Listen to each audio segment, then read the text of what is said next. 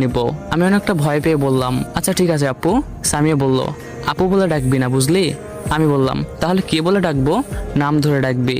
আচ্ছা ঠিক আছে। সামিয়াকে বিদায় দিয়ে রাফিদের টেবিলে গিয়ে দেখি ওরা নাই। তারপর বিল দিতে চাইলে সেখান থেকে বলে সামিয়া নাকি বিল দিয়ে গেছে। ক্যাম্পাসের বকুল গাছের নিচে দেখি ওরা দুজন বসে আছে। ওদের কাছে যেতেই রাফি বলল, মাম্মা এত দেরি হলো কেন? তারপর আমি ওদের সবকিছু বললাম। সিফাত বলল, মাম্মা সামিয়া আপু মনে হয় তোকে সত্যিই ভালোবাসে। আমি বললাম, তাই যেন হয় মামা, দোয়া কর। ওদের সাথে কিছুক্ষণ আড্ডা দেওয়ার পর বাসায় আসলাম। রুটিন অনুযায়ী আবার সন্ধ্যায় আম্মু ঘুম থেকে জাগিয়ে দিল। ফ্রেশ হয়ে নাস্তা করে একটু ঘোরাঘুরি করতে আজান দিল। নামাজ পড়ে বাসায় এসে পড়তে বসলাম। ঠিক এমন সময় ফোনটা বেজে উঠল।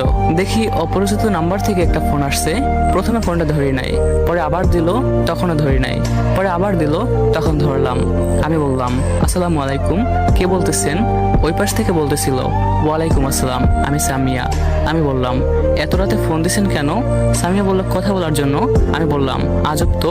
সামিয়া বলল, ওসব বাদ দাও, ডিনার করছো? আমি বললাম, হ্যাঁ, আপনি করছেন? সামিয়া বলল, এভাবে কিছুক্ষণ কথা বলার পর ফোনটা রেখে ঘুমিয়ে পড়লাম। পরের দিন ক্যাম্পাসে বসে তিনজন মিলে আড্ডা দিচ্ছিলাম। ঠিক এমন সময় একটা মেয়ে এসে বলল, ভাইয়া অনার্স ফার্স্ট ইয়ারের রুমটা কোন দিকে? আমি বললাম, তুমি নতুন নাকি? মেয়েটি বলল, হ্যাঁ। রাফি বলল, আমরাও সেম ইয়ার। মেয়েটি বলল, তাহলে আমি কি আপনাদের বন্ধু হতে পারি? না মানে আমি নতুন তো, এজন্য কেউ তো পরিচিত না, এজন্য একটু পরিচিত হতাম। তখন আমি বললাম, ঠিক আছে, কিন্তু তুই করে বলতে হবে। তখন মেয়েটি বলল, আচ্ছা। আমি বললাম, তোর নাম কি? মেয়েটি বলল, আমার নাম মিম। তোদের? তখন আমি বললাম, সাইদ হাসান শাহী। রাফি বলল, আমি রাফি। সিফাত বলল, আমি সিফাত। তখন মিম বলল, ক্লাসে যাবি না? আমি বললাম, চল। ক্লাস শেষ করে চারজন মিলে আড্ডা দিচ্ছিলাম। ঠিক তখন সামিয়া এসে আমার দিকে রাগি রাগি ভাবে তাকিয়ে আবার চলে গেল। আমি তো ভয় পেয়ে গেলাম, সিনিয়র আপু কি না কি করে। যাই হোক, আড্ডা দিয়ে বাসায় গেলাম।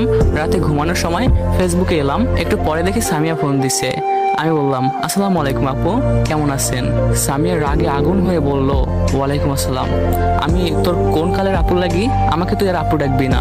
তখন আমি বললাম, ঠিক আছে, কি করতেছেন? সামিয়া একটু নিচু কণ্ঠে বলল, বয়ফ্রেন্ডের সাথে কথা বলতেছি। আমি বললাম, কি বললেন আপু? সামিয়া বলল, কই কিছু না তো। ডিনার করছো তুমি? আমি বললাম, হ্যাঁ, আপনি করছেন? সামিয়া বলল, হ্যাঁ। কথা বলার পর ঘুমিয়ে গেলাম। সকালে ঘুম থেকে উঠে কলেজে গেলাম। দেখি ওরা তিনজন বসে আছে। আমিও মিমের পাশে বসলাম। চারজন মিলে কথা বলতেছি আর হাসাহাসি করতেছি।